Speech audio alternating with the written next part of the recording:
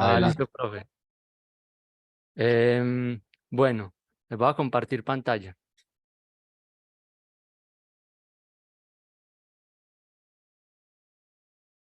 Ahí se está viendo. Sí,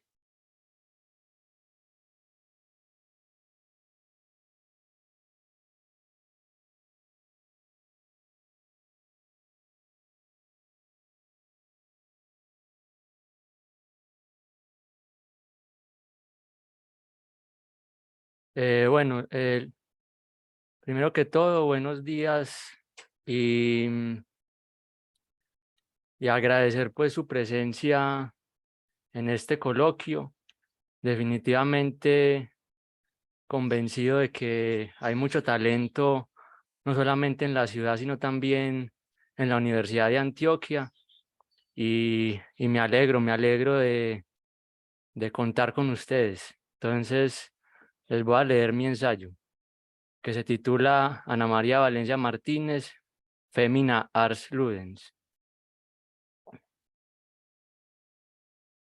Olvidándose del tic-tac del tiempo que está por encima de todo lo vivo, olvidándose de que las manecillas del reloj nunca frenan la marcha, sus dedos se enroscan al son de la orquesta del silencio, entrelazados al hilo y a la aguja, fieles compañeros en el baile de la creación.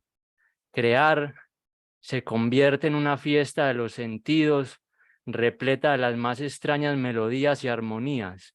Cabe preguntarse lo mismo que el poeta Aurelio Arturo en uno de sus poemas.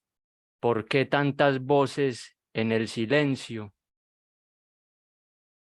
Voces de alegría, de algazara, que emanan de los delicados, sutiles movimientos, ligeros vaivenes, en medio de la danza, de los giros y piruetas, a veces caóticos, a veces esmeradamente precisos, preparados, los hábiles dedos se estremecen y se acaloran hasta rozar los frutos del gozo.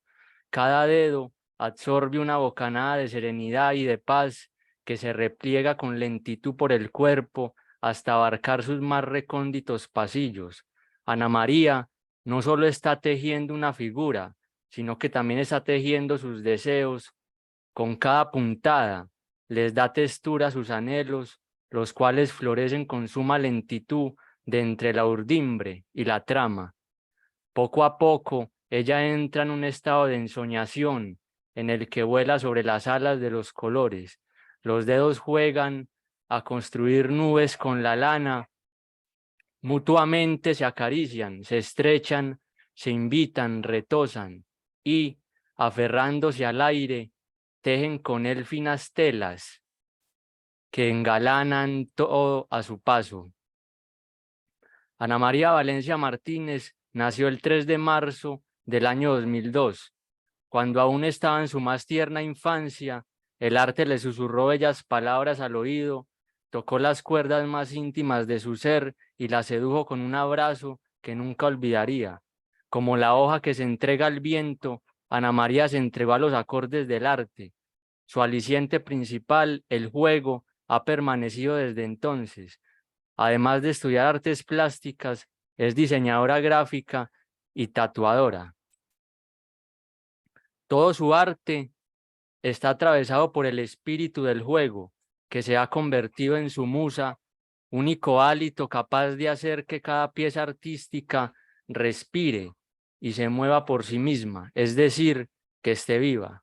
Mediante el juego, Ana María resignifica la realidad, a la par que inventa centenares de mundos posibles en los que cada cosa, cada organismo destaca por tener un brillo auténtico. Decir que el arte es un juego y que crear es jugar quiere decir dotar de importancia a la tarea de que cada fragmento de la fantasía propia encaje dentro del rompecabezas. En los cántaros del juego artístico, Ana María vierte una gran cantidad de afectos y pasiones que más adelante se convierten en la firma, en la impronta de sus obras.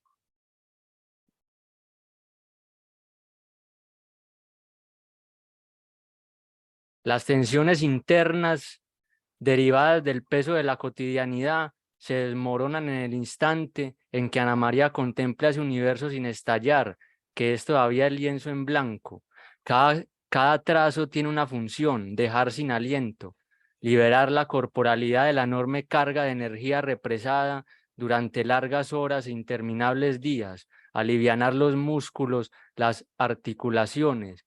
El disfrute artístico radica en la navegación de vastos mares sin necesidad de brújulas ni faros, simplemente desplegar las velas y zarpar, dejarse llevar hacia el acogedor horizonte, desembarcar en una isla y luego en otra, anclar solo para conocer sus secretos, experimentar y hospedarse.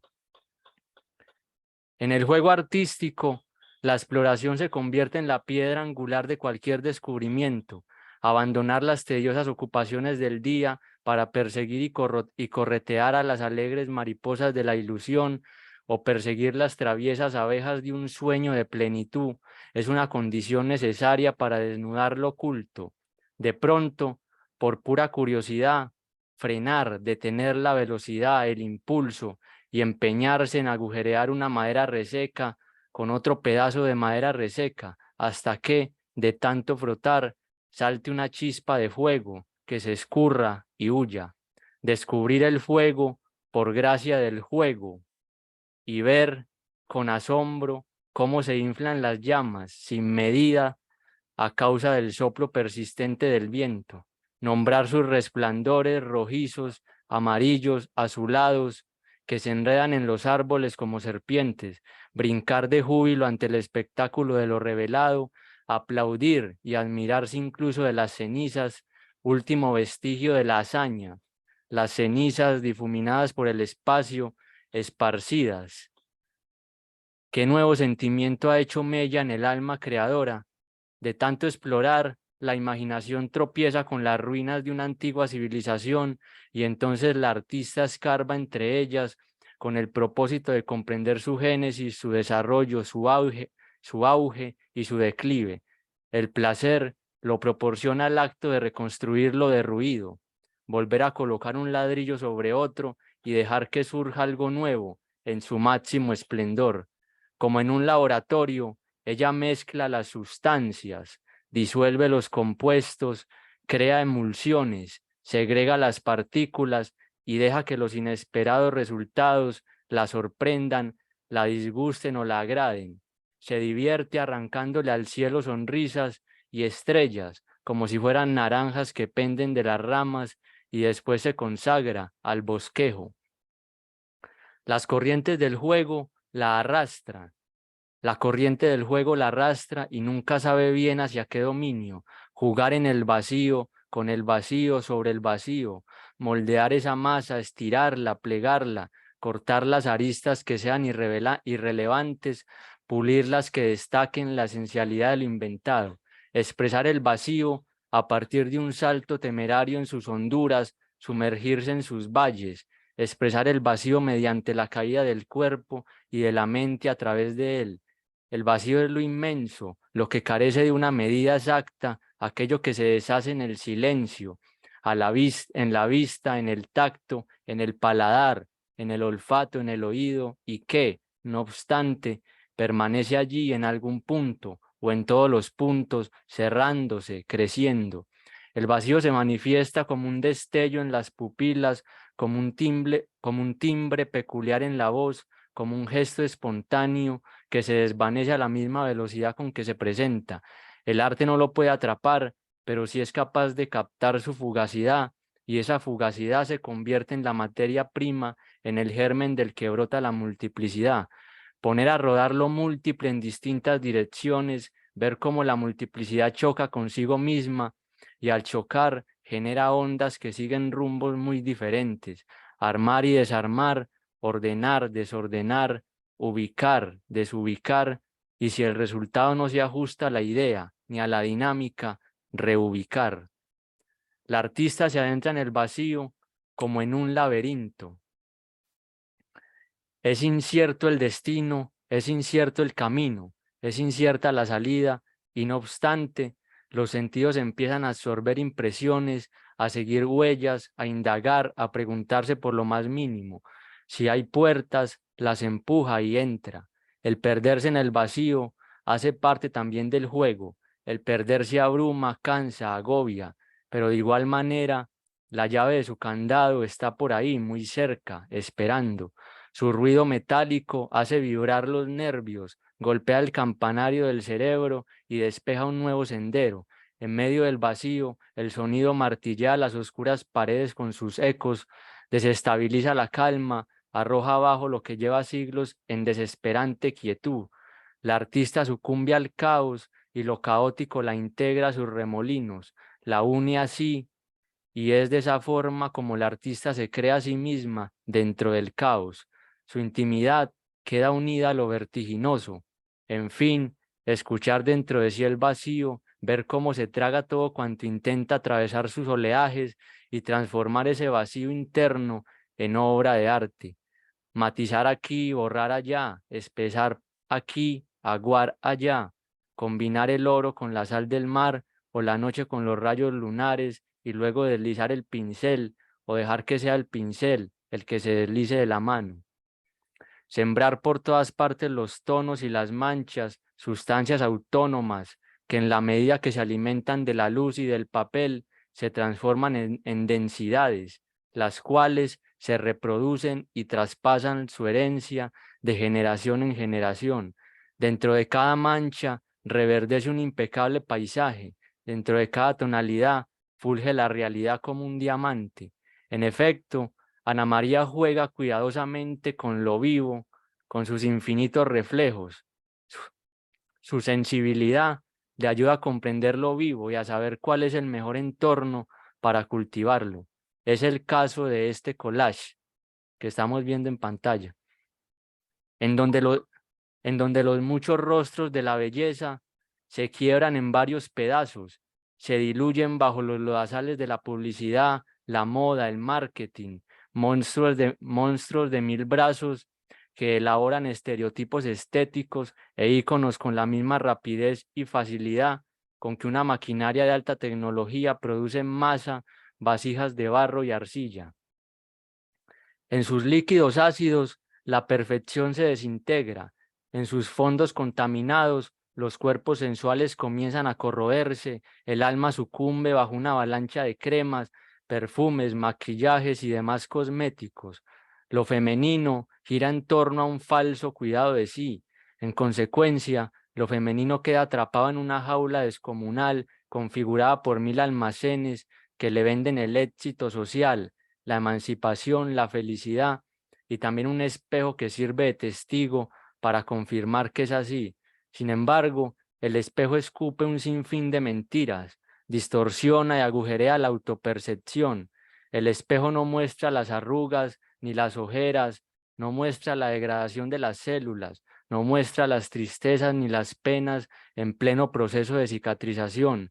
Por el contrario, tapa todas las heridas provocadas por las navajas de la asistencia, muestra un disfraz, una máscara, apenas la superficie del iceberg. El espejo tampoco muestra las lágrimas descendiendo por los párpados, ni las mejillas encharcadas, ni los labios que se derriten como la cera. Por debajo de la máscara, los rasgos faciales pierden su equilibrio, su proporción, la geometría se hace carne, se convierte en piel frágil, temblorosa, y por fin, en lo más profundo de las pupilas, a través de esas ventanas rotas, oxidadas, que ningún maquillaje puede esconder ni disimular, se observa el latido frenético, rabioso, melancólico de un corazón que languidece, sufre, padece. Cuán difícil salir de este fango. Somos seres abismados en una sociedad que convulsiona. Nuestro alrededor es un campo minado de información. Estamos aturdidos por una cantidad colosal de datos que nos revientan las neuronas. Simultáneamente, nuestra facultad de discernimiento se ahoga en una marea de imágenes diarias que despedazan nuestras retinas y nos imponen, sin que apenas lo notemos, comportamientos, aptitudes y pensamientos que se incrustan en las raíces de nuestra personalidad. El mercado puede entendernos más de lo que podemos entendernos a nosotros mismos y en ese sentido estamos siendo codificados e influenciados por él, cuyo propósito fundamental no es otro que aumentar ganancias. Antes de poder conocernos a nosotros mismos, como reza la máxima filosófica, el mercado ya no solo conoce de nosotros lo que él mismo ha inventado, sino que conoce cada rincón de nuestra psique. Perdimos el timón de nuestra voluntad, ya no somos los juguetes de los dioses, sino los juguetes de la oferta y la demanda. Somos consumidores manipulados que necesitamos devorar más y más productos, más servicios, no porque tengamos un estómago insaciable, sino porque queremos obtener el estilo de vida ideal, casi celestial, que nos ofrecen. Concluyo este ensayo con la certeza de que el arte no tiene otra finalidad distinta a la de expresar lo simple y hacer visible lo microscópico. No persigue otro fin que no sea el de sustraernos del sueño de lo cotidiano, abrir nuestros párpados y hacernos conscientes de que somos seres imperfectos, que no estamos por completo realizados, pero que, por esa misma razón, estamos en constante posibilidad de autocreación y de ascenso hacia algo mucho más sublime. Este fue mi ensayo. Muchísimas gracias. Daniel, a ti por estas palabras tan bonitas que nos has regalado y por ese homenaje que le estás haciendo pues a tu artista. Bueno, vamos ahora a escuchar a Luz Aida Franco Viana. Ella también ha querido rendirle un homenaje a otro artista plástico, Andrés Felipe Velázquez, y el título de su ensayo de crítica es Andrés Felipe Velázquez Valencia, una obsesión bohemia por hallar en el arte una forma de existencia. Luz Aida, adelante. Bueno, buenos días, ¿me escuchan? Sí, te escuchamos. Bueno, entonces voy a tratar de proyectar, vamos a ver si proyectando no hay problemas técnicos.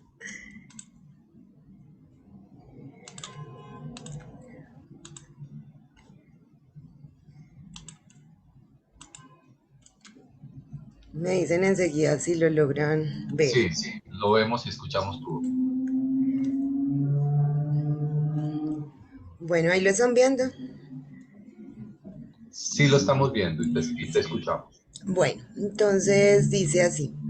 Andrés Felipe Velázquez Valencia, una obsesión bohemia por hallar en el arte una forma de existencia. Andrés es de Medellín, tiene 27 años. Aunque creció en un contexto de violencia y marginalidad, siempre se sintió en un ambiente afable.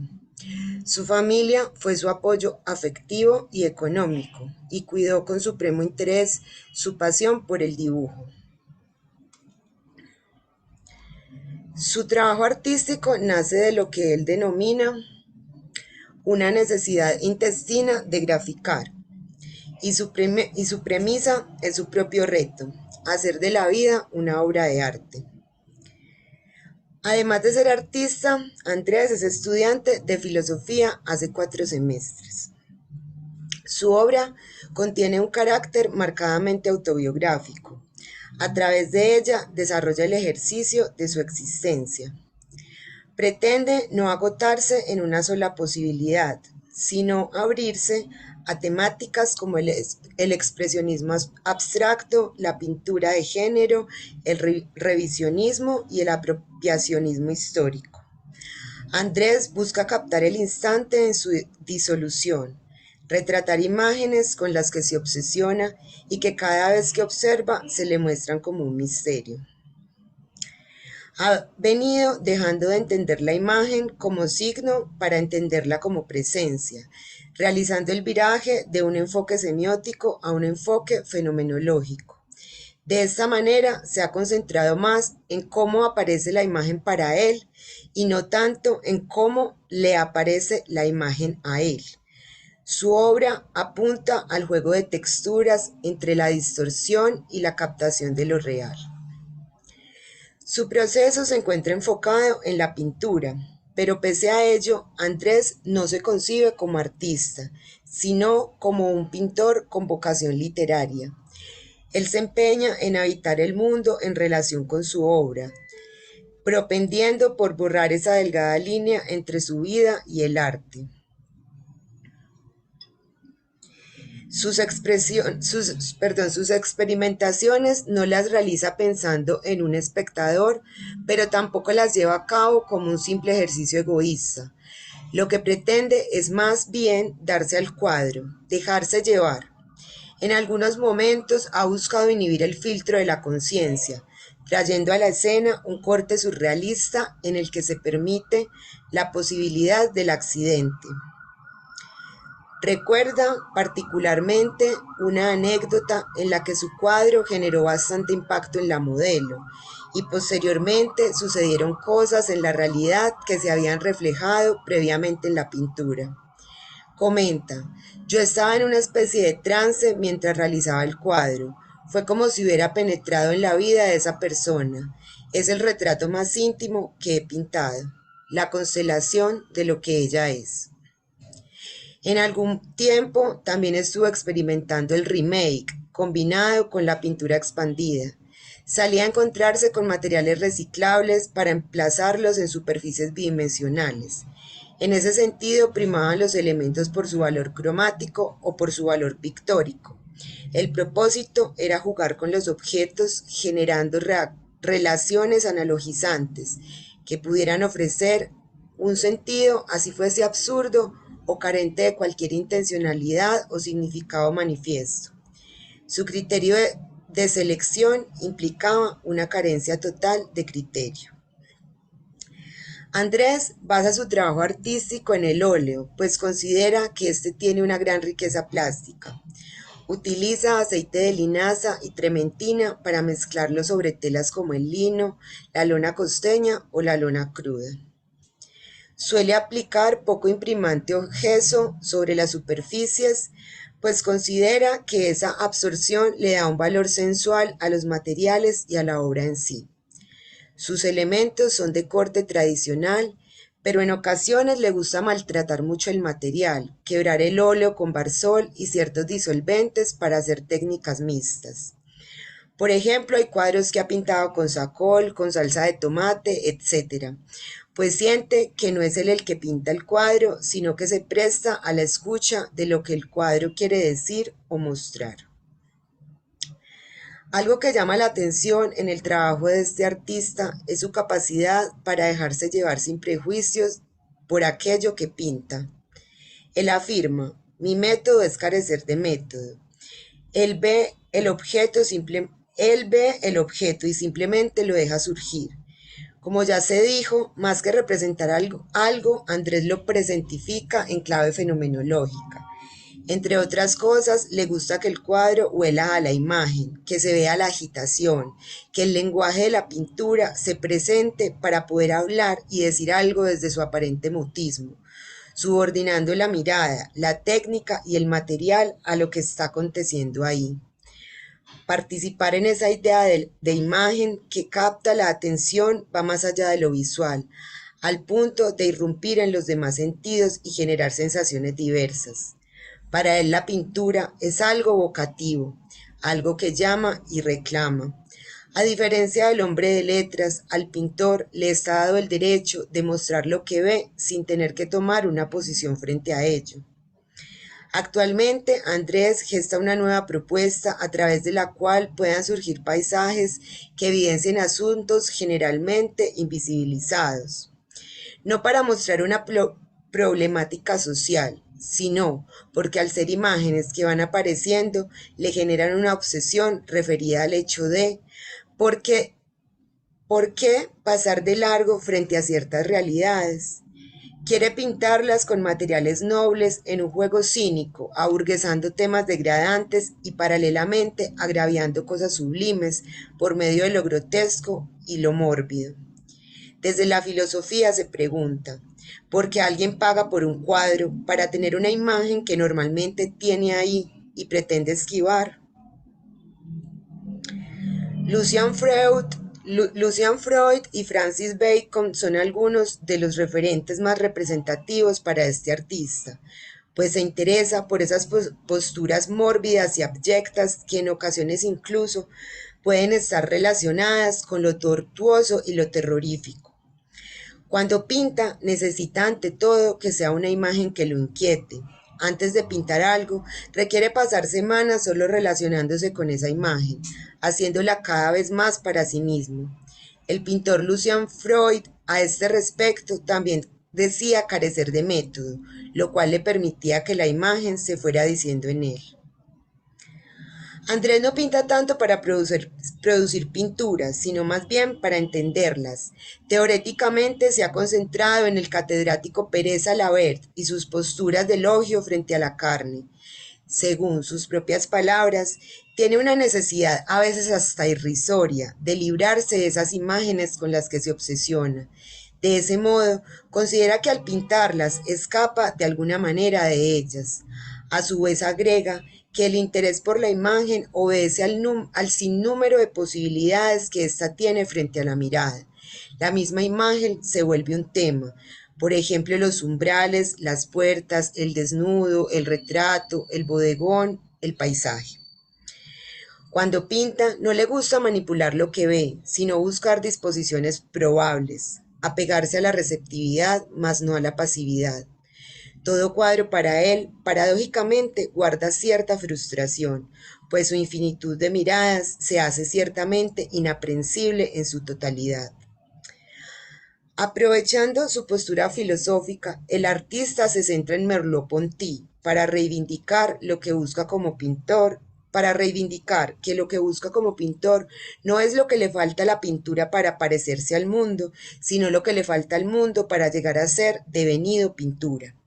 Su tema entonces no es el paisaje, sino la mirada que deviene como lo mirado para el sujeto, en tanto que el artista y en tanto que observador, en tanto que artista, perdón, y en tanto que observador e intérprete.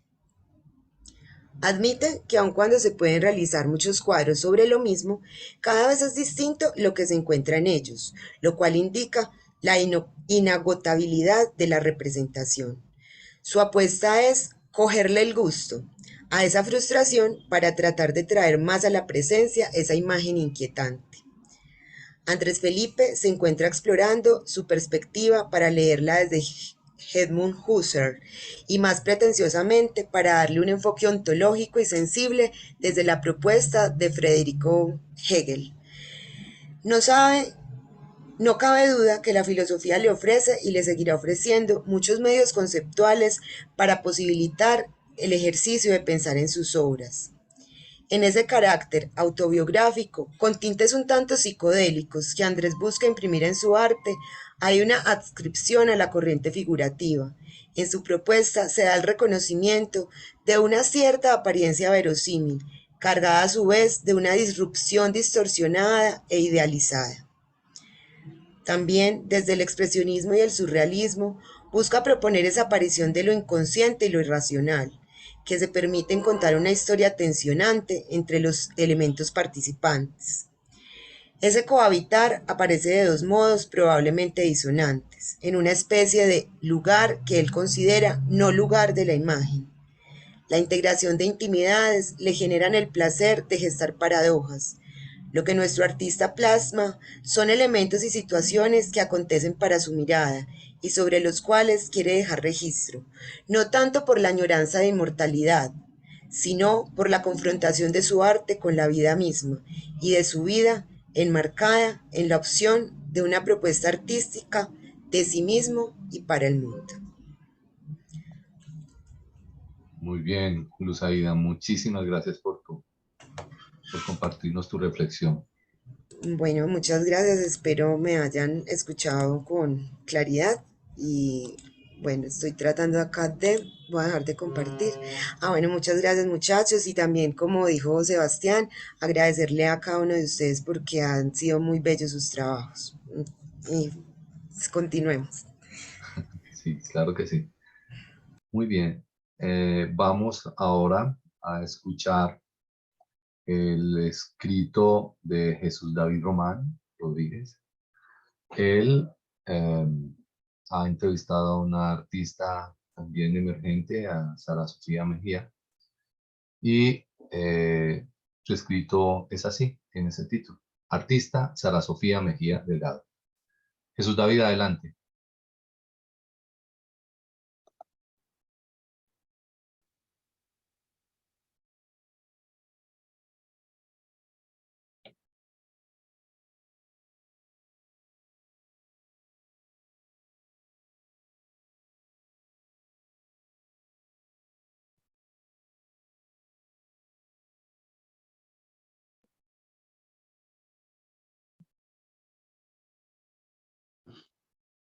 Hola, buenos días, compañeros, profesor.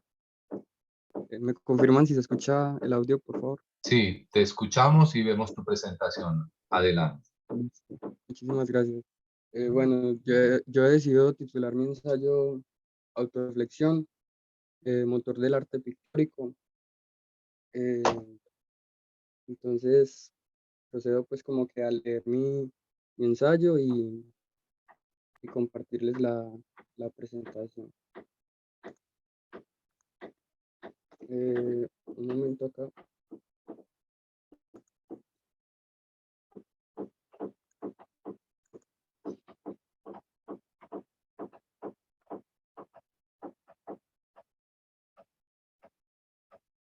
Se cambia la pantalla al momento en el que abro el documento. Pregunta. Sí, sí, se cambia. ¿Algún compañero sabe cómo podría pues arreglar este? Eh,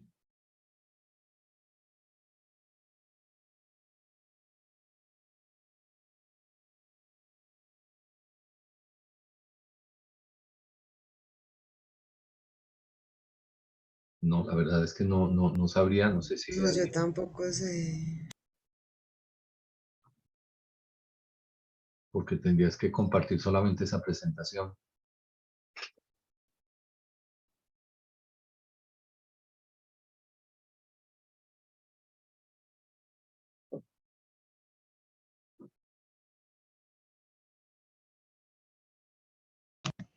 ¿O la puedes dejar para el final, compañero? Exactamente. Listo. Dale, entonces voy a...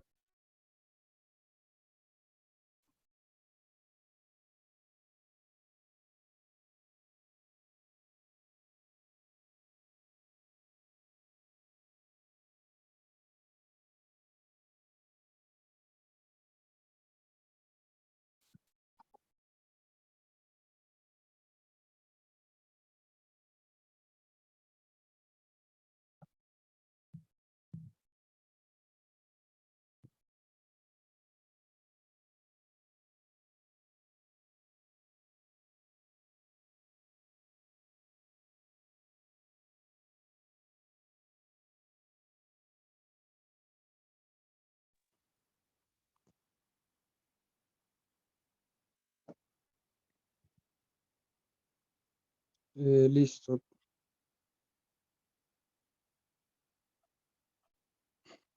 Qué pena, compañeros, profesor, ¿me siguen escuchando?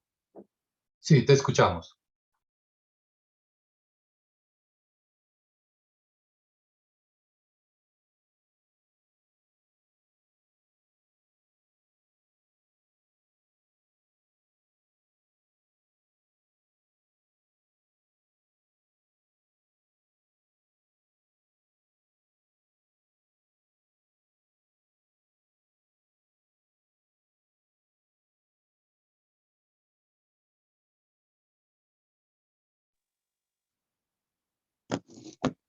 Listo. Lo que hice fue, pues, como que tomarle las capturas al texto y ya lo tengo acá en el celular para presentar, pues, de manera contigua. El artista en cuestión es Sara Sofía Mejía Delgado y me daré en la tarea de reflexionar sobre el contenido de una serie de obras pictóricas.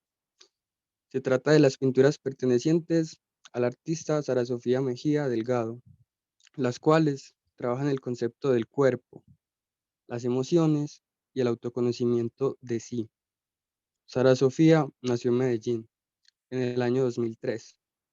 Se encuentra cursando el cuarto semestre del proceso formativo técnico profesional, producción de objetos para las prácticas visuales en la Institución de Educación Superior Tecnológico de Artes Débora Arango, en Envigado. Su acercamiento al arte nace desde la identidad y la alternativa que supone para la libertad del espíritu. Siempre demostró grandes capacidades artísticas. Desde su niñez solía dibujar experimentalmente diversos objetos de su entorno inmediato, alejándose de las facetas tradicionales del dibujo. Guiada por el puro instinto formal de la creatividad, encuentra hoy en la pintura y el dibujo el impulso necesario para alcanzar aquello inherente a su ser, que le es intangible, cuya comprensión es únicamente asequible mediante una resignificación abstracta entre entendimiento e imaginación, es decir, el arte en su forma más sublime. La línea artística de sus obras pictóricas está atravesada por un tinte autorreferencial y exploración íntima. Mejía hace énfasis en que todas sus pinturas poseen un carácter autorreflexivo, es pues, mediante la proyección de manos, torsos u otras partes de la anatomía humana, en conjunto o no.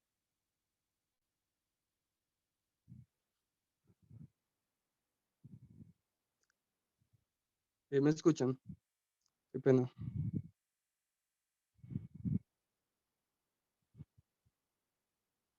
Sí, te escuchamos. Sí, Listo, gracias. adelante. Continúo. Es pues, mediante la proyección de manos, torsos u otras partes de la anatomía humana, en conjunto o no, que suele disponer de la autorreflexión como herramienta para ir rescatando a trozos partes de sí, inasequibles o desconocidas, para luego, de haber desdibujado ciertos límites, proyectar estas partes del alma, si se quiere, al unísono con una realidad sensible, guiada por el entendimiento y la percepción. Siendo así, resulta importante aclarar que para Sofía, en el momento de creación artística, se busca la conceptualización, el desarrollo, no solo del objeto en cuestión, es decir, la obra y su contenido, sino también de aquello de sí misma que hay en la obra, es decir, la esencia presente en todas sus obras pictóricas. Por medio del análisis autovivencial, aparte de exteriorizar lo que le es primordialmente de sí, intenta retener partes de su experiencia y su sentir para ponerse en sintonía con la fuerza que otorga el momento creativo y la facultad de sensibilidad. Posteriormente, intenta proyectar ambos en armonía por medio de aquello que le es más propio, conocido e íntimo de su ser, su cuerpo y en especial sus manos. Las manos en sus obras, no solo como medio, sino también como parte de la factura simbólica y conceptual que da sentido a su trabajo. Además, aún inmersa ante abstracciones y afectada por el producto emocional de la facultad de sensibilidad, logra sumergirse en una especie de convergencia entre la sensación o lo emocional y la facultad racional del entendimiento. Mejía crea un mundo en el que es capaz de observar sus sentimientos desde el exterior. Al suponer las emociones como objeto, logra atrapar toda una amalgama de sensaciones y experiencias de vida que posteriormente segmenta en partes. Esta segmentación facilita la comprensión de las mismas. Además de estos movimientos sensibles, mediados por el entendimiento y la reflexión, son los que vivifican la creación artística de Mejía. Cabe resaltar que al observar sus obras, intenta que éstas representen un todo de sí, es decir, si sus obras pictóricas constituyen partes de sí, la serie de las mismas o su totalidad encarnan la totalidad de su ser. Es por esto que su propuesta tiene un carácter introspectivo y emocional que comprende y facilita tanto el autoconocimiento, perdón, como el desarrollo del espíritu. Nos preguntamos entonces en qué medida la introspección autovivencial promueve el desarrollo del espíritu. Supondré que la razón de esto descansa en la comprensión de sí y a lo sumo de su espíritu.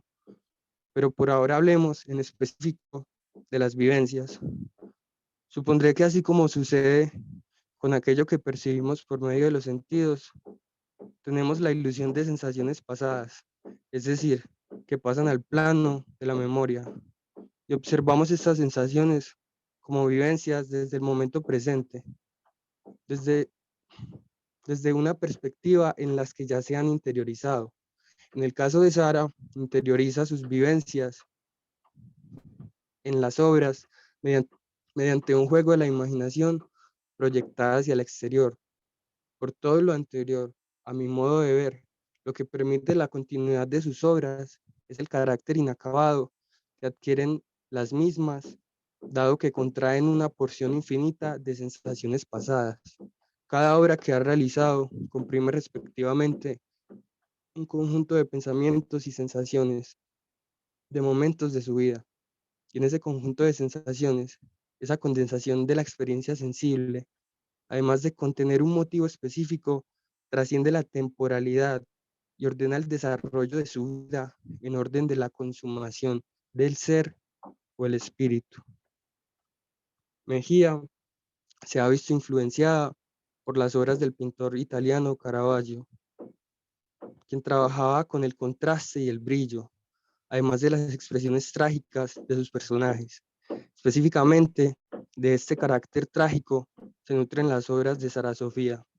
Esta sinergia creativa también la aprovechó para mostrar cómo aquello que permanece dentro nuestro, las emociones, o en últimas, el producto de la sensibilidad misma, que aunque resulta fuente de vida y motor de la creación, si se mantiene apresada en el interior, al igual que se mantiene el espíritu, limitado por la carne. En el caso de la obra de Saras, perdón, si se mantiene en el interior, al igual que se mantiene el espíritu, limitado por la carne, en el ámbito metafísico, tiende a deteriorarse. En el caso de la obra de Sara Sofía, Sentiments Fletris tiende a marchitarse como las hojas, a tornarse oscuro, casi negro, al igual que la sangre cuando se coagula y se seca. La sangre coagulada intenta mantenerse oxigenada, pero solo afecta a la sangre que circula normalmente a su alrededor. Lo anterior en alusión a las dolencias, nostalgia y melancolía que acompañan la magia de la vida. Es lo transitorio de la existencia lo que nos empuja con levedad hacia el olvido. Y en este orden de ideas, igual que cuesta arrancarse la sangre seca que se posa sobre las heridas, cuesta desapegarse de la vida como un estado para aferrarse al cambio y abrazar lo transitorio del olvido.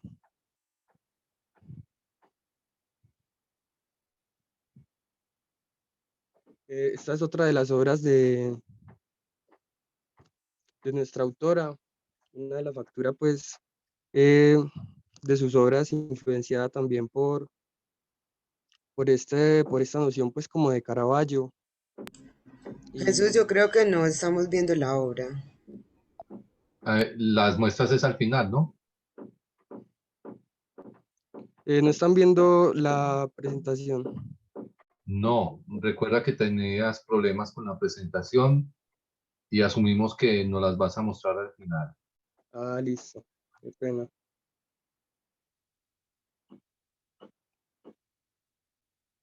Sí, listo. Bueno, estaba pues por acá como esta obra titulada Manducance y continúo pues con la lectura. Para finalizar, en la actualidad, los últimos cuadros de Sara Sofía Mejía poseen cierto aire de realismo renacentista, un realismo más inclinado por el sentir que por el demostrar, Es por esta disonancia que retoma en sus pinturas ideas del fauvismo para componer toda una dimensión estética en torno a los colores. Le da un tratamiento especial a los colores, al contrastar matices y tonos contrarios. La concepción de los fauvistas que rescata Mejía es su deseo de expresarse, más que intentar hacer un arte realista. También Mejía reconoce su deuda con el manejo cromático de los pintores impresionistas como Henri Matisse. Sus últimas pinturas simulan los estados alterados de conciencia. Con ellos se explora mediante el realismo distintos tipos de formalizaciones, con el modo específico de los trazos y la función especial de la mancha para desarrollar conceptos como la circularidad, la división o la espacialidad. Listo, eso sería pues como mi ensayo. Procedo pues a mostrarles las diapositivas, que pensé que las estaba proyectando dado que estaba haciendo la lectura desde el teléfono. Entonces, este sería pues, ya si la están viendo, supongo. Sí, sí. Esta sería pues como la portada, donde anunciaba pues el título, autorreflexión, motor del arte pictórico. La artista pues en cuestión, Sara Sofía Mejía Delgado. Acá como que estas palabras en alusión a los conceptos claves que trabaja pues en la mayoría de sus obras. Un esbozo pues de lo que representa la pintura, el trasfondo pues y la interpretación que le da a la pintura en sus obras y al dibujo, más que todo, siendo esta pues como una combinación de ambas. Acá pues como el apartado de la autorreflexión que se torna pues como clave.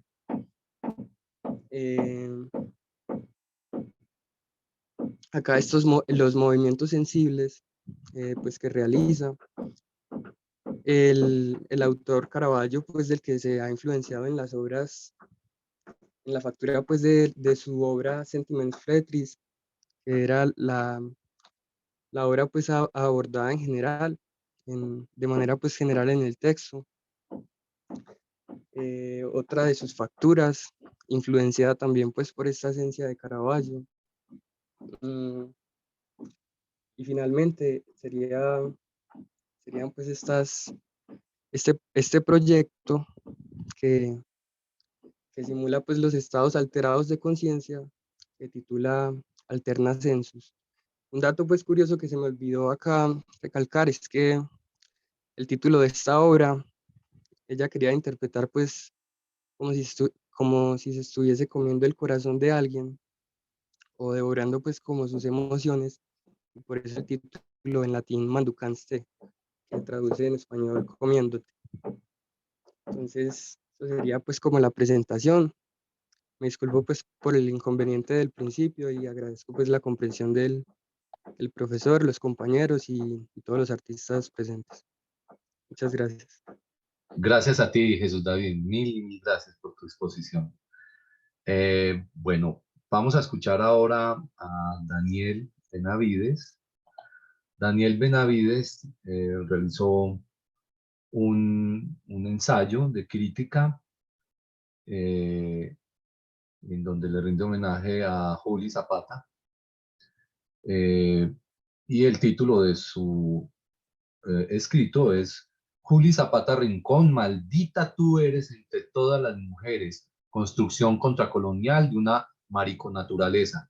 Daniel, adelante. Bueno, hola a todos. ¿Se me escucha? Sí. Listo. Bueno, buenas a todas. Yo voy a presentar pues la obra artística de Juli. Esta obra estuvo eh, ay, así. Esta obra estuvo expuesta en el Museo de la Universidad de Antioquia durante finales del año pasado y principios de este. Voy a iniciar entonces. Listo. Juli Zapata Rincón nació en el barrio La Milagrosa de Medellín, pero se crió en Sabaneta. Desde pequeña le interesó el dibujo y la pintura, pero el arte en su niñez y su juventud fue una compañera a la que a veces miraba de reojo.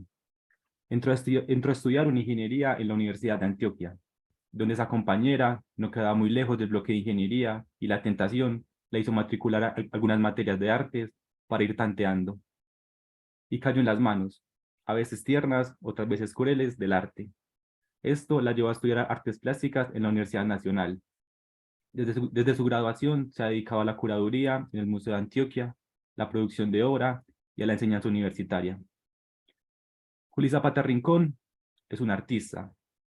Con esta afirmación no solamente quiero expresar una existencia no binaria, porque Juli se identifica tanto con el género neutral como con el femenino, o más bien, no solamente quiero expresar una transformación del lenguaje, sino más bien cómo esa transformación del lenguaje, decir que Juli es un artista o un artiste, no solamente es una protesta con respecto a la exclusión de los géneros, sino a lo excluido. Por lo general, solemos darnos una fecha para ubicarnos en el tiempo y en el espacio.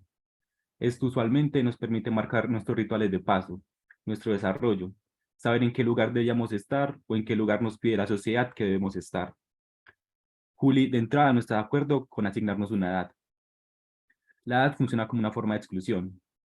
Excluimos al niño porque no tiene la edad para entender las cosas. Excluimos al adulto de las carreras universitarias porque ya es muy tarde para que aprenda algo nuevo. Estamos constantemente excluyendo. Y es en esa exclusión, en el margen, donde Juli y su obra se sitúan. Antes de hablar de la obra de Juli, me parece necesario señalar una característica de su proceso formativo. Juli identifica en la enseñanza de las artes una visión eurocentrista, patriarcal y blanca. Aunque estas categorías no sean extrañas para nosotros, para la época en la que Juli estudió, eran muy predominantes y quizás todavía muy silenciadas, o más bien no silenciadas, ocultadas. Pero debería haber una preocupación entre nosotros. A pesar de que son categorías ya nombradas, ya no son extrañas, este tipo de categorías aún persisten. Si bien sería reduccionista afirmar que la obra de Juli es una mera lucha contra estas categorías, gran parte lo es. Hay también en Juli una identidad que se intenta expresar. Y hay además en Juli una búsqueda de lo que significa el género. El proceso de formación de Juli tampoco se puede reducir a lo meramente académico. Su oficio como curadora y su producción de arte, junto a la sociedad trans, son su taller de artista y artesana. Además, algo que me parece muy interesante es que la mamá de Juli es la que le teje los trajes para sus performances. Y además el hermano de Juli también es artista. Las obras de ella van de lo plástico a lo teatral. Se diría que Juli está en el medio de ambas, en la performance. Quiero insistir en esta idea, que Juli está entre lo plástico y lo teatral, y la relación entre estas dos es la que le permite utilizar su cuerpo como obra artística. Usar es una palabra algo violenta. Quizás la palabra que mejor expresa la obra de Juli con respecto al cuerpo es la reflexión. Juli reflexiona sobre el cuerpo, más específicamente sobre el cuerpo violentado y excluido. Como no puedo hablar aquí de todo el proceso artístico de Juli, me centraré en 3 obras que ustedes han estado viendo, que son los Evangelios según Santa Patricia, Protor, Cuerpo de Travesti, Modelo para Armar y Desarmar, y Neomarica. Al final me detendré pues como en esta última, pero me parece, creo que esas 3, y hablando con Juli, esas 3 obras van muy ligadas. Yo no diría que hay una suerte de progreso entre las 3, pero bueno, hay más bien una imagen que ya más adelante voy a traer. Hasta el momento me referí únicamente a Juli como artista, pero así como es muy difícil separar vida y arte en la obra de Juli, el cuerpo y el alma, es igualmente difícil separar a Juli de Santa Patricia. No porque sean inseparables, pues cada una tiene sus diferencias, pero la relación entre ambas es lo que permite que se geste las obras que estoy presentando. Así como ya hablé de Juli, me gustaría dedicar unas palabras a Santa Patricia. Santa Patricia nace en Juli como una respuesta. Sí, es una respuesta al sistema patriarcal y a otros tipos de sistemas opresores, pero también es una respuesta a las mismas inquietudes y vacilaciones del artista. Santa Patricia, la santa de las putas y podridas, no es un alter ego de Juli, no es una otra, son más bien las 2 caras de la misma moneda, son ambas expresándose en un mismo cuerpo. Juli es la cuerpa tímida, quizás más medida, es la que se detiene, es la curadora, es la artista. Santa Putricia es la que maldice, es la performática. En Juli, el cuerpo camina mirando hacia el frente, con los audífonos puestos, intentando evitar el mundo. Santa Putricia lo enfrenta, le saca la lengua y le grita. Ambas vivencian ese cuerpo que está al margen. Pero si Juli decide reflexionar sobre el cuerpo violentado y excluido, Santa Putricia lo personifica y a partir de esa personificación confronta a la sociedad que precisamente la violenta y la excluye.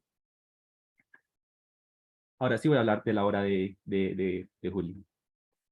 Los Evangelios según Santa Putricia es una performance o una conferencia performática donde la santa nos da su mensaje contra una doctrina que nos espera y quiere sumisos, que nos encasilla en un binarismo adiestrador, que nos tranquiliza.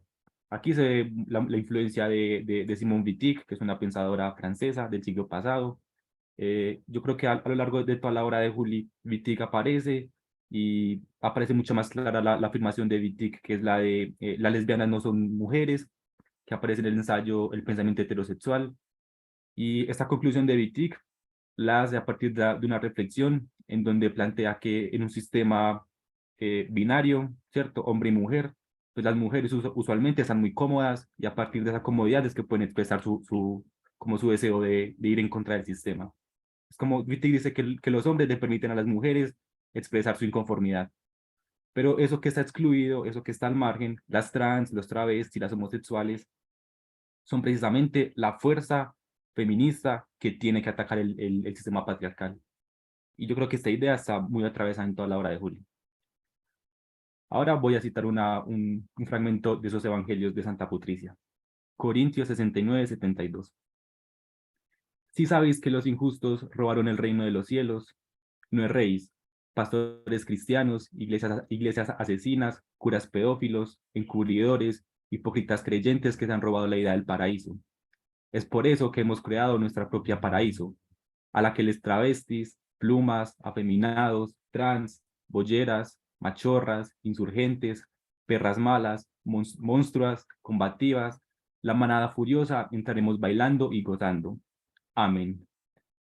He aquí lo que predica Santa Putricia. No es un paraíso de las almas, es una paraíso de los cuerpos, cuerpos que se expresan, que viven y que combaten. Siguiendo la idea de cuerpo, aparece Protorque. En esta obra se pretende abordar el cuerpo como un territorio. Aquí Juli se apoya en Donna Haraway y nos propone Protorque como un género.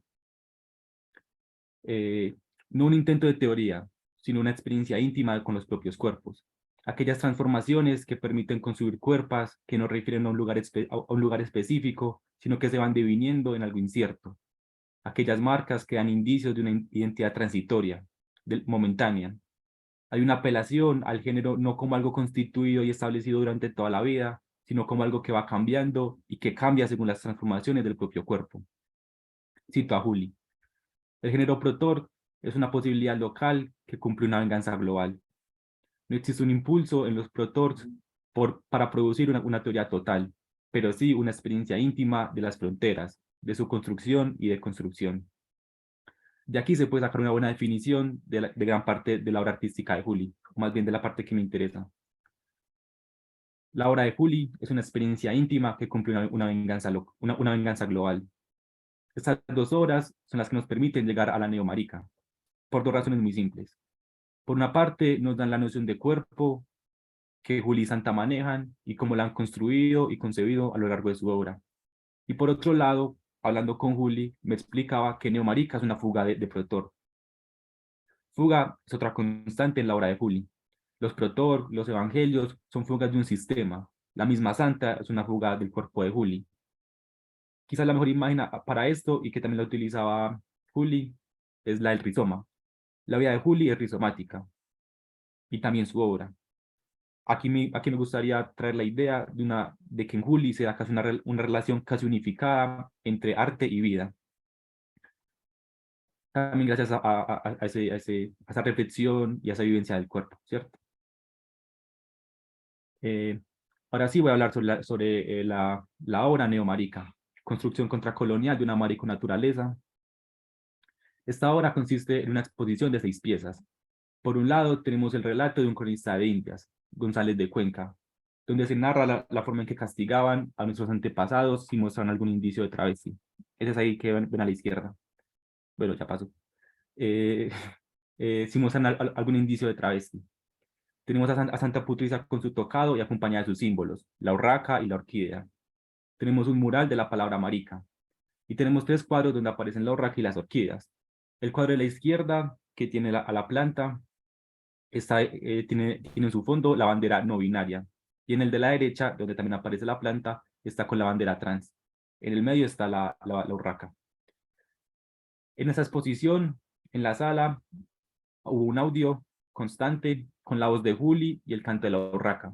La voz de Juli tenía frases como ahí va la marica, si ve por marica lo mataron, usos muy comunes, usos comunes en nuestra sociedad de la palabra marica.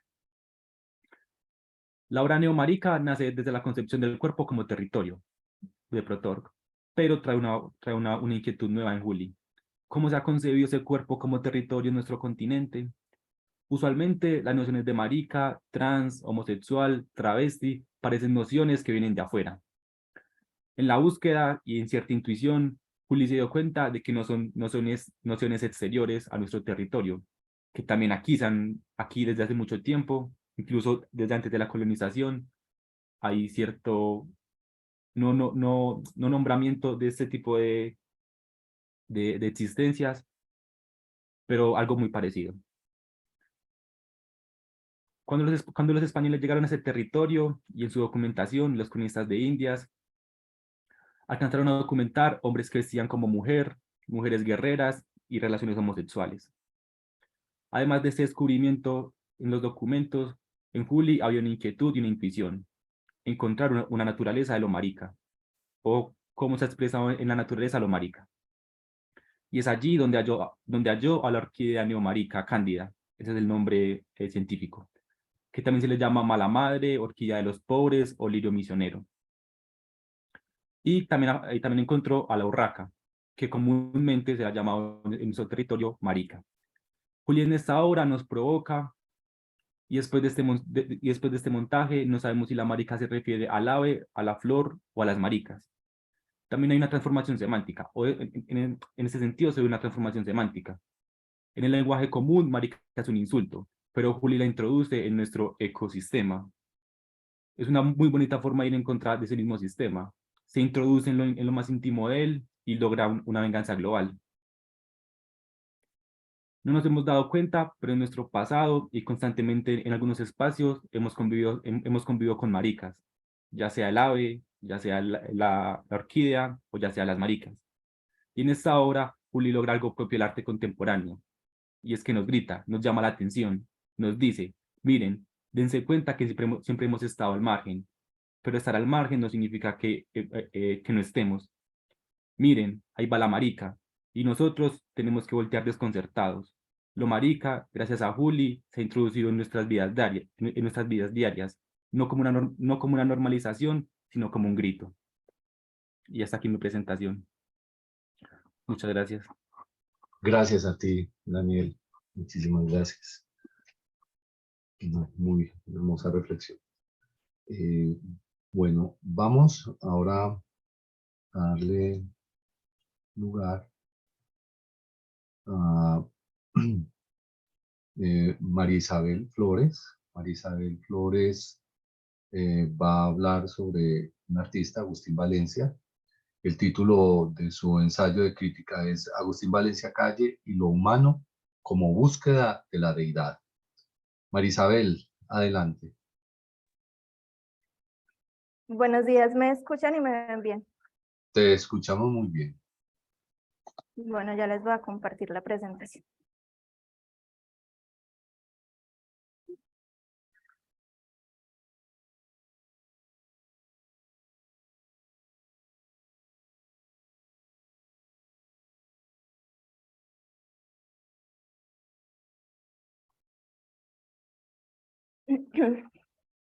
Bueno, Agustín Valencia Calle y lo humano como búsqueda de la deidad.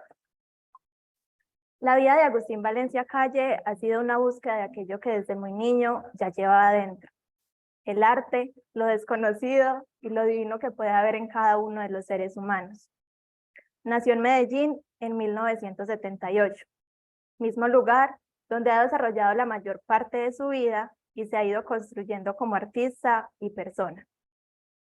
Actualmente es licenciado en Artes Plásticas y trabaja como docente de cátedra de la Universidad de Antioquia, lo cual le permite compartir su pasión por la escultura con otras personas.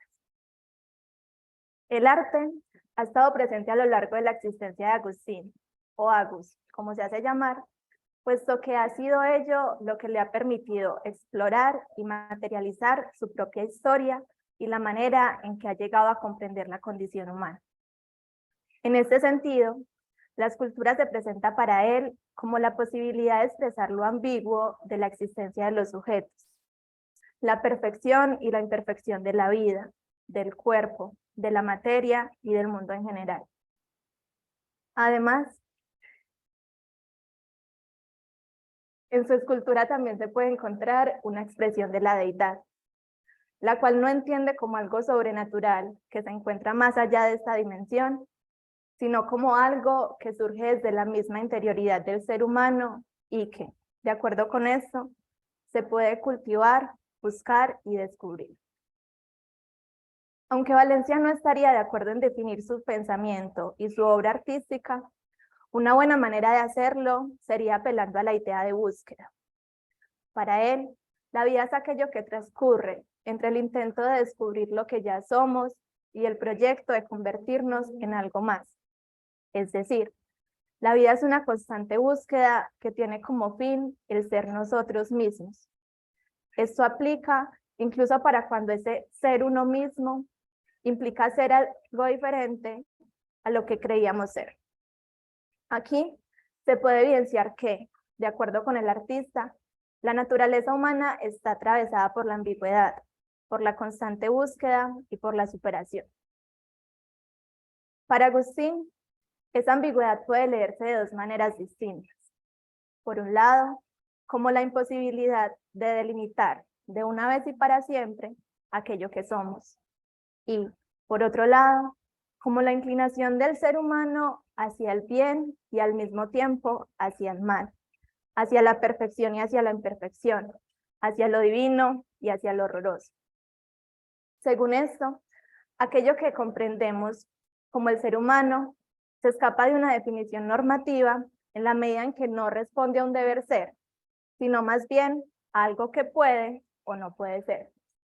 La condición humana se caracteriza por albergar dentro de sí múltiples potencialidades o posibilidades respecto a ese ser, que, asimismo, pueden presentarse como contradictorias.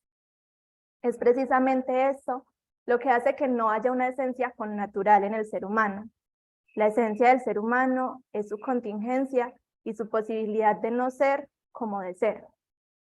Estas convicciones sobre la imposibilidad de definir algo de una vez y para siempre también están presentes en la manera en que Agus se ha acercado a la tradición.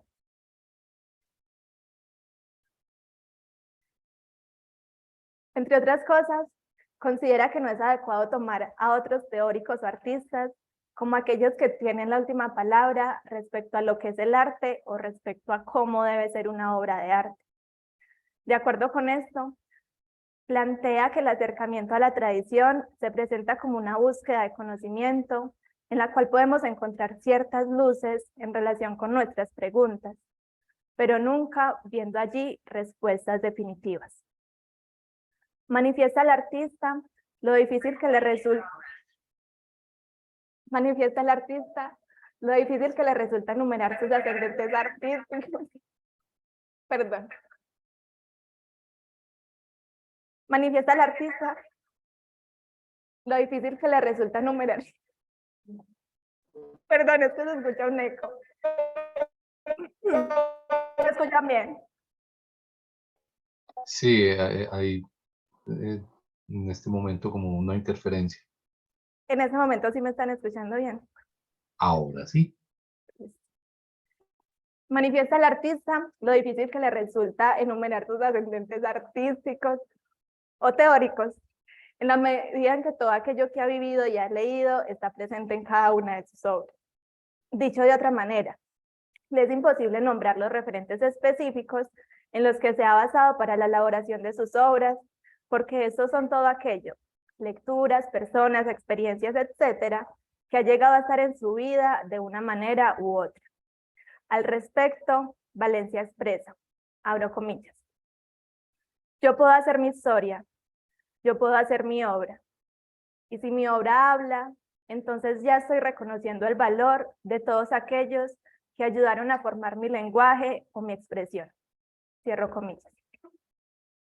Es importante llamar la atención en el propósito del escultor de reconocer aquello que lo ha precedido y que lo rodea, pues allí resulta mucho más claro cuál es la tendencia artística en la que se enmarca su propuesta, el arte figurativo.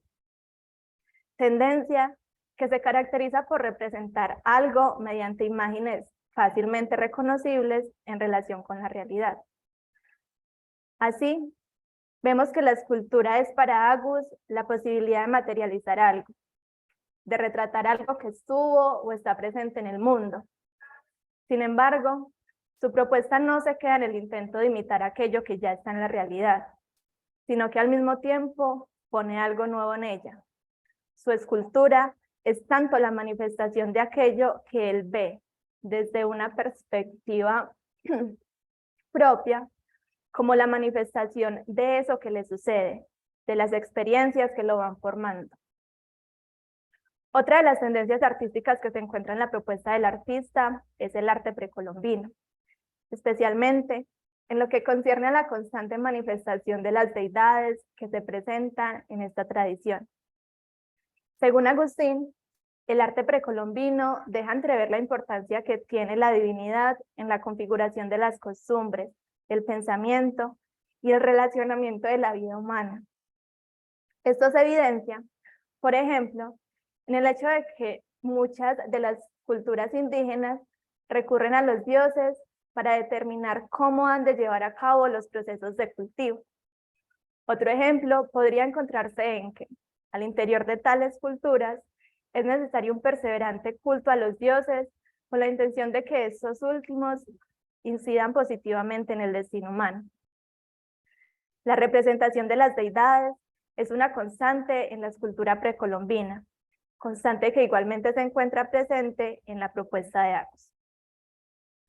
La deidad es, pues, para el escultor, lo que influye en la formación del ser y que pone sobre la mesa la constante búsqueda del género humano para construirse como un ser lo más perfecto posible, y incluso cuando no lo logre. La importancia de lo divino se puede ver en distintos trabajos que ha realizado Valencia, como deidad, deidad del viento y deidad del conocimiento, en las cuales utiliza la técnica de tallado, al tiempo que intenta responder a la forma natural del mármol. Este movimiento de mantener la forma del mármol y, simultáneamente, transformarlo, busca expresar aquella idea según la cual la deidad es algo que se encuentra presente en la misma materia. Lo divino es terrenal, está presente en este mundo. Llevado esto a la condición humana, se podría decir que lo divino necesita de trabajo, de esfuerzo constante, pero que podemos encontrarlo en nuestra propia humanidad. En estas tres obras encontramos integrada, como parte del lenguaje simbólico empleado por el artista, figuras geométricas triangulares, que, en algunos casos, asemejan agudas puntas de flechas que trazan un movimiento y una dirección hacia el infinito. Un elemento que nos sugiere la búsqueda de la deidad ya presente de manera muy clara en las mismas obras. No obstante, dentro de las esculturas de Agus podemos encontrar otra obra que deja ver más claramente todo lo que se ha venido tratando de expresar. Esta obra se titula Fragmentado. Escultura realizada a partir de un acontecimiento que transformó radicalmente la vida del artista y que le hizo ver cómo el cuerpo humano podía ser vulnerado por otros, al punto de degradarse y transformarse en tan solo una suma de fragmentos sin ninguna potencialidad, de fragmentos muertos.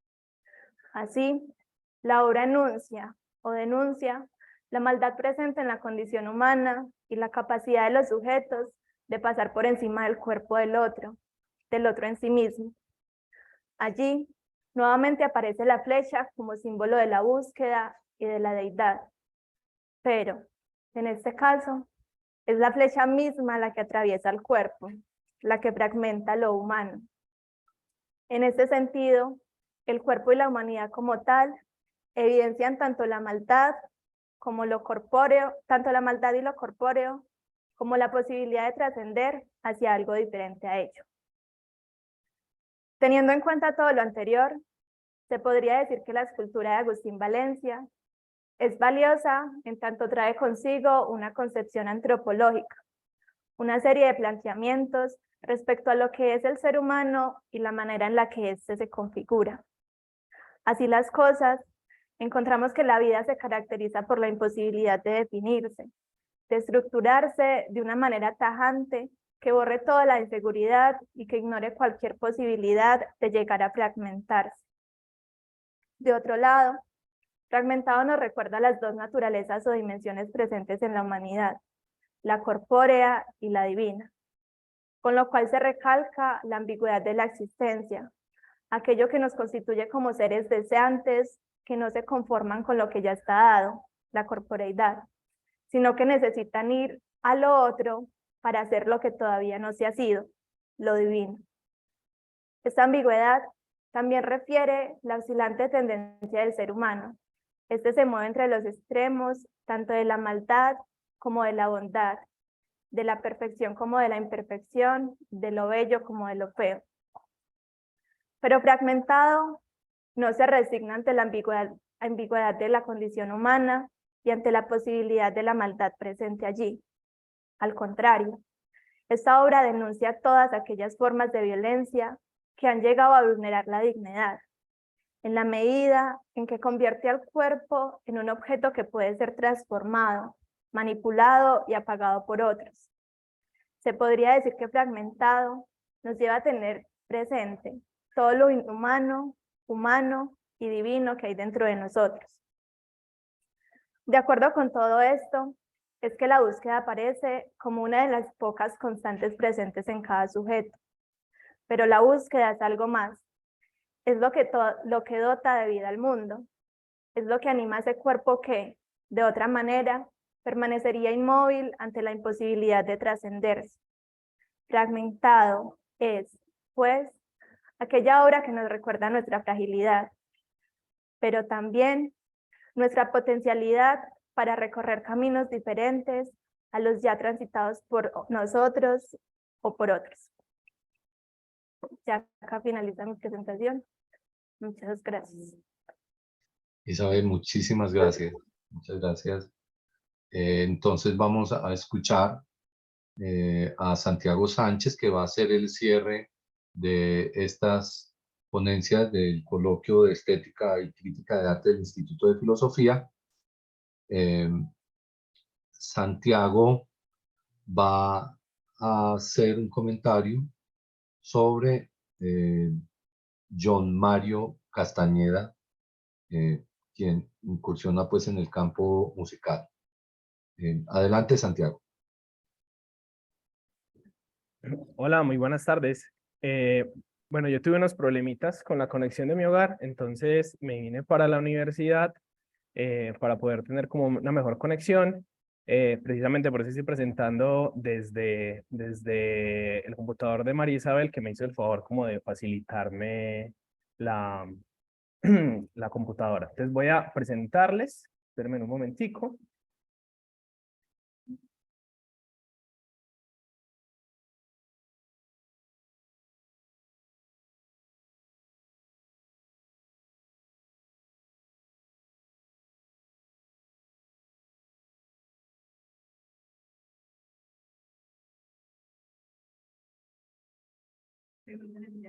Qué pena, ya están viendo la presentación.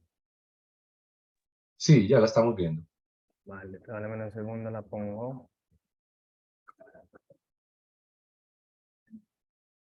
¿Sí? y podemos comenzar. Vale. Vale, la presentación se titula John Mario Castañeda y el mundo como un laboratorio musical. Entonces dice así: a John Mario lo conocí en las aulas siendo aún un bachiller y con apenas 16 años. Las palabras con las que lo definí en aquel entonces todavía dicen algo acerca de él. John Mario es un ser distraído que se pierde en las conversaciones, pero a la par es un ser con un asombro filosófico que le permite maravillarse con lo cotidiano una y otra vez. John Mario es estudiante de la licenciatura en Ciencias Sociales de la Universidad de Antioquia. Actualmente tiene 21 años y ha vivido en el corregimiento de San Antonio de Prado, en el Limoral 1, toda su vida. John Mario, más conocido en el medio artístico como Tuba Beats, siempre tuvo un vivo interés por la música, por recorrer sus vastos géneros e ir sumando experiencias musicales como quien devora libros en una biblioteca. Sin embargo, el aspirante a licenciado nunca logró acercarse a un instrumento por razones económicas, y por mucho tiempo su ímpetu musical se vio reducido a ser un mero espectador de creaciones externas. Pero al llegar a 10º grado y a partir de su estrecha relación con la tecnología, descubrió que la música podía hacerse muy accesible, ya que por aquellos años salieron a la luz diferentes softwares, plataformas que tenían sonidos ya grabados e instrumentos digitalizados, con los cuales se podía hacer creaciones musicales muy complejas desde una computadora. Es así como John Mario Castañeda inicia su proyecto como productor musical. La producción musical, según comenta el artista, resulta ser una expresión o forma de realización del arte bastante reciente, y por ello es difícil posicionarla dentro de un punto de vista de la historia del arte o dentro de un sistema artístico.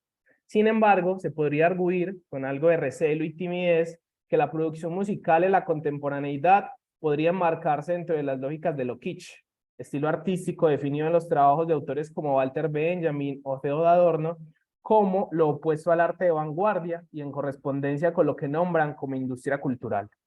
Lo kitsch, partiendo desde este horizonte de comprensión, denota, entre comillas, lo vulgar.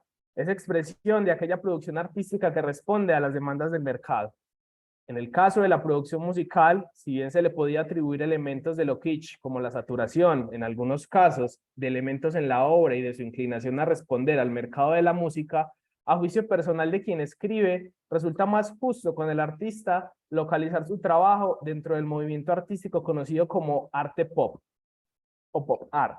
De hecho, Tuba Vips es un beatmaker, es decir, un creador de ritmos cuyos trabajos suponen un intento de arrancar el arte de su esfera elitista y ponerlo al servicio de las gentes que, como él, hallan en la música una forma de afirmación de la vida. Es precisamente la afirmación de la vida a partir de las expresiones musicales el elemento principal que dirige cada una de sus creaciones. Es ese el tema, la idea y la motivación que encuentra cada día para disponer su cuerpo y su mente en la creación de piezas musicales donde pueda reconocerse. No obstante, hay otro elemento de gran peso en la creación artística de John Mario. Debido al marco cultural en el que se movía en su juventud, puntualmente la consolidación del rap como un género de reconocimiento dentro del Valle de Aburrá, la producción musical se convirtió para el artista en una forma de sustento ante la situación de precariedad económica que atravesaba. Desde ese carácter de necesidad, el productor musical desarrolló, a partir del análisis del mercado, diferentes trabajos donde se evidencia la supeditación de su libertad creativa de manera parcial a las demandas que recibía por parte de los artistas que solicitaban su trabajo. La combinación de estos aspectos que hacen parte de la existencia misma del artista resultan en trabajos como Dark Meninas 13, Hotel Room, Urano y Ódiame, que son las obras que aparecen en la presentación, las cuales representan intentos por responder a aquella libertad creativa, por un lado, y a lo que John Mario nombra como, abro comillas, la lógica de la papita, el ganarse el sustento económico, por el otro lado. Estas obras del productor son ejercicios de sampleo, esto es, de extracción de sonidos de otras canciones y creación musical que realiza a partir de estaciones de audio donde juega con los diferentes elementos que le ofrece la plataforma. Todo ello transversalizado por los conocimientos que ha adquirido a lo largo de su trayectoria como productor musical para crear obras completamente nuevas a partir de retazos. Llegados a este punto, se hace necesario retomar un poco los referentes artísticos y conceptuales que motivan y direccionan a Tubavix en el ejercicio de su creación musical. Ahora, si bien gran parte de su bagaje en el manejo de las mentadas estaciones de audio se remiten al intercambio de información que logró tener en su adolescencia a través de Internet, el joven productor también tuvo la oportunidad de realizar algunos semestres en el Instituto Tecnológico de Antioquia en el programa de producción musical. Fue en este espacio, donde logró escudriñar de manera más amplia la naturaleza del sonido, aspectos que resultan indispensables en la producción musical. La altura, la armonía, el timbre y el ritmo, asumidos como elementos constitutivos del sonido sobre los cuales los productores musicales realizan su trabajo. El artista menciona las diferentes ramas en las que se divide su profesión. En el centro de esta producción musical y a su alrededor se encuentra la acústica, como aquella que estudia el comportamiento del sonido a través del espacio, el beatmaker o músico, que podríamos definirlo como aquel que da orden a la multiplicidad de elementos sonoros de una pieza musical. Luego encontramos al ingeniero de máster, quien al trabajar con una pieza digitalizada puede alterar la naturaleza del sonido para crear nuevas experiencias sonoras, o también lo que en jerga musical se denomina limpiar el sonido. Finalmente, está el diseñador de sonido, quien a partir de la mezcla de ondas puede generar nuevos sonidos que resultan imposibles de reproducir desde los instrumentos musicales. Es interesante resaltar que en el ejercicio de creación artística, Castañeda desempeña cada uno de estos diferentes roles en mayor o menor medida. Seguidamente, además de su acervo teórico en torno a la física y la naturaleza del sonido, Mario busca acercarse en el trabajo con estas tecnologías a la producción de experiencias estéticas desde la música. Para ello, recurre constantemente a las ciencias sociales como una forma de ampliar los horizontes de comprensión sobre la música, analizándola desde su dimensión antropológica. Aquel carácter estético de la experiencia, según el artista, gana su fundamento a partir del concepto de ecología acústica que retoma del autor Murray Schafer, y que alude a una concepción del mundo como una realidad sonora ligada a un contexto sociohistórico. A partir de este concepto, el artista logra ver el mundo como un laboratorio donde puede experimentar con la multiplicidad de sonidos que allí habitan, darles un orden específico a partir de su creatividad y convertir todo esto en una pieza musical. Tal es el caso del bullerengue tecno. En su ejercicio de licenciado, John Mario se encuentra realizando una investigación en el Darién chocuano, particularmente en una comunidad llamada Bocas de Atrato, donde a partir de una apuesta desde el modelo de la etnoeducación, se propone incorporar en el currículum oficial la tradición musical de ritmos de dicha comunidad, entre ellos el bullerengue, como una forma de reconocer el papel formativo de identidades dentro del territorio. El bullerengue nace a partir de la travesía de los negros y marrones que huyeron de los españoles hacia la zona costera del Caribe colombiano. A lo largo del camino, a partir del movimiento de polleras, las mujeres danzaban al son de los tambores que los hombres azotaban. Esta concepción histórico-social de la música le permite al artista integrar en sus trabajos creativos aquellas reflexiones que dimanan de su saber pedagógico. En la complicidad de estas dos dimensiones, de estas dos dimensiones del artista, nace una propuesta como bullerengue tecno. Es pertinente aclarar que el tecno o música electrónica llega a manos de los primeros artistas independientes en la década de 1960 y actualmente goza entre los adolescentes de una gran aceptación y prestigio. Partir de un género musical que puede nombrarse como comercial, responde a la idea de reconocer en la música una expresión cultural de la época y disipar de la música cualquier tipo de elitismo que frustre el encuentro con lo variopinto del fenómeno musical. Tubavix fusiona este género con un ritmo que ha pertenecido a lo largo de la historia de Colombia en un intento por rescatar nuestra identidad autóctona. Finalmente, cada aspecto que he mencionado a lo largo de esta crítica con la intención de enarbolar una imagen fiel del artista, da pie a que concluya con ciertas apreciaciones que suscitan mi inclinación hacia las obras de John Mario. Solo resaltaré dos aspectos. El primero tiene que ver con la integralidad. En aquel asombro filosófico que lo caracteriza, hacen del artista un apasionado por la búsqueda de nuevos horizontes y experimentaciones que logra dotar de un carácter político al vincular el ejercicio investigativo que desarrolla en su proceso de formación profesional con un proyecto artístico que supone un aspecto constitutivo del productor musical, lo que me lleva al segundo aspecto. Ese ímpetu curioso y creador del artista dota a sus trabajos de una marca propia donde aún resuena el eco de aquella fuerza vital que los creó. Ahora, si me permiten, les voy a presentar esta última obra de la que estaba hablando, que se llama Bullerengue Tecno. Voy a hacer la presentación aquí desde el computador. Me dicen, porfa, si se escucha, un momento. Una prueba. ¿Se estaba escuchando? No, Punto. Volvamos a intentar. Ahora sí. no lo escuchamos. Que creo que está muy pasito. Altavoces.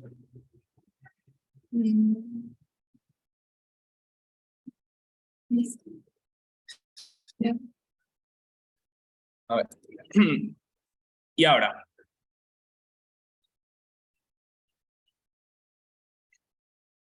Mira, sí se está compartiendo también el sonido. Share sound. Vale.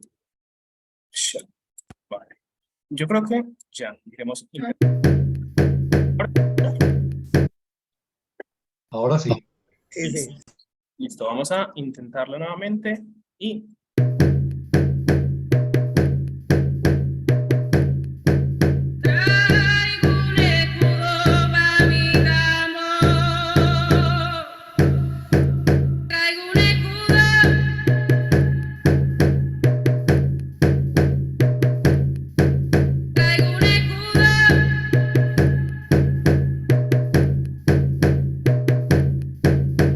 Uno, dos, tres, cuatro. Traigo un escudo. Traigo un escudo para mi amor. Traigo un escudo. Traigo un escudo.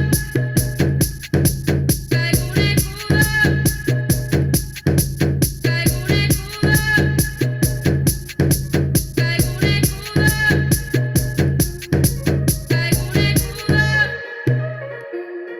escudo. Traigo un escudo. Traigo un escudo. Traigo un escudo. Traigo un escudo. Traigo un escudo.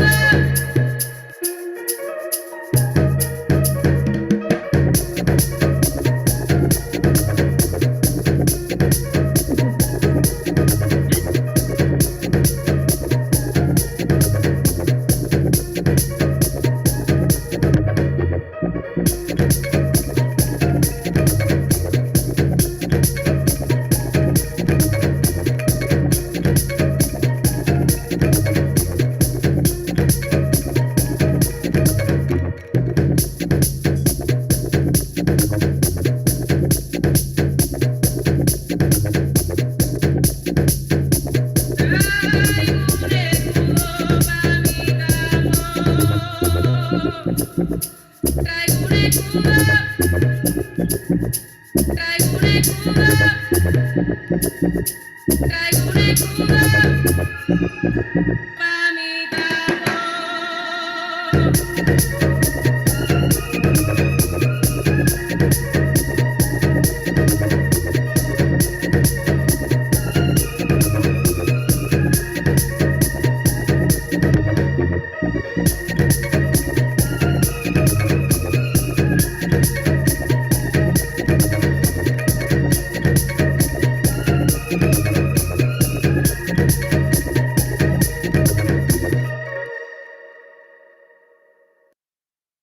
vale, esa fue mi presentación. Les agradezco nuevamente pues, por la participación, por estar escuchándonos hasta este momento, a todos los que están participando.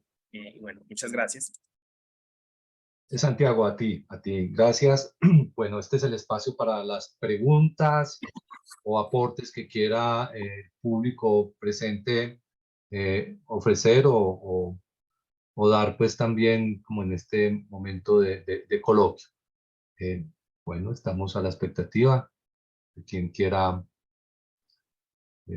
hacer preguntas o dar aportes.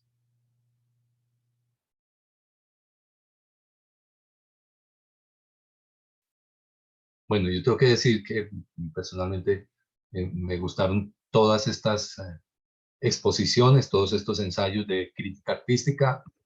Me parece que este tipo de ejercicios, de actividades académicas que estamos realizando acá en el Instituto de Filosofía muestran que realmente el estudio de la filosofía y especialmente en el campo de la estética, de la filosofía del arte, tiene grandes posibilidades de conectarse también con actividades de proyección comunitaria. Diría que la filosofía hay que conectarla también con una gestión cultural, y lo que he escuchado desde la primera hasta la última de las ponencias son ejercicios, productos de investigaciones, de entrevistas, de trabajos etnográficos, en donde podemos mirar de una manera muy clara cómo el conocimiento, la teoría, logra aplicarse para visibilizar artistas, para visibilizar proyectos y en últimas poder entonces comprender que la labor filosófica también se puede convertir en un motor para realizar gestiones culturales que proyecten imágenes, que muestren realmente realidades de lo que se está haciendo en nuestro territorio, en nuestra ciudad e igualmente en el país. Me parece que eso es lo que tenemos nosotros que hacer también en el campo de la filosofía, no quedarnos solamente en la reflexión de la pura teoría y de los puros conceptos, y lo que acabo de ver acá pues realmente me muestra que vamos por un camino, a mi modo de ver, indicado. Yo no sé si hay alguna otra palabra pues o intervención por parte de los que se encuentran acá conectados. Me gustaría escucharlas.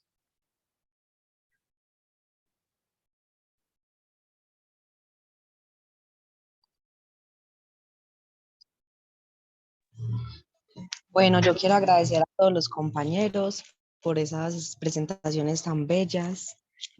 Todas las exposiciones me gustaron, de todas se lleva uno algo muy bonito. Entonces, muchas gracias por todo. Muchas gracias por este encuentro y a usted, profe. Muchas gracias. Gracias a ti, Ginela. ¿Tienen alguien más? Yo, buenas tardes. Ahí Ah, prendí bueno, la cámara, no sé si me claro ven. que sí, Luzana. Bueno, no, también, como ya había dicho ahorita, darles las gracias y pues contarles a todos y a todas que estoy gratamente sorprendida, sobre todo por la diversidad de trabajos que hoy trajimos. Hubo música, hubo tejidos, pues lo de Dani también, pues esta artista que también hace sus tejidos. Creo que fue demasiado el aprendizaje, sobre todo como les digo, porque siento que no todos trajeron un pintor o no todos trajeron esto, sino que como que se fueron a lo largo y a lo ancho de nuestra ciudad o del arte. Entonces, no, muy, muy contenta, de verdad que sí, muchísimas gracias. No podría enumerar o decir, me sorprendió aquel oeste, porque de verdad que todos estuvieron preciosos y sus artistas, pues, admirables, los tengo que ir conociendo a todos. Un abrazo. Gracias, Luzaida. ¿Alguien más? Bueno. Sí, yo, profe. Sí, Daniel, adelante. Profe, yo decir también que es un espacio muy valioso y que definitivamente hay que seguir fortaleciéndolo porque todo empieza como un núcleo, y si ese núcleo se alimenta, definitivamente algún día va a haber una célula mucho más grande, que ese va a ser un proyecto sumamente de proporciones que no imaginamos. Entonces hay que seguir construyendo y construyendo en grupo, en equipo, apoyar mucho el arte. Aquí, como ya lo han dicho, se refleja ese poder que tiene el arte. Y yo pienso que son pequeños trabajos que desde su mundo pequeño van adquiriendo muchas formas de influencia sobre el mundo. Entonces hay que seguir dándole al arte y a la filosofía también. Muchas gracias a todas las personas. Gracias a ti, Daniel.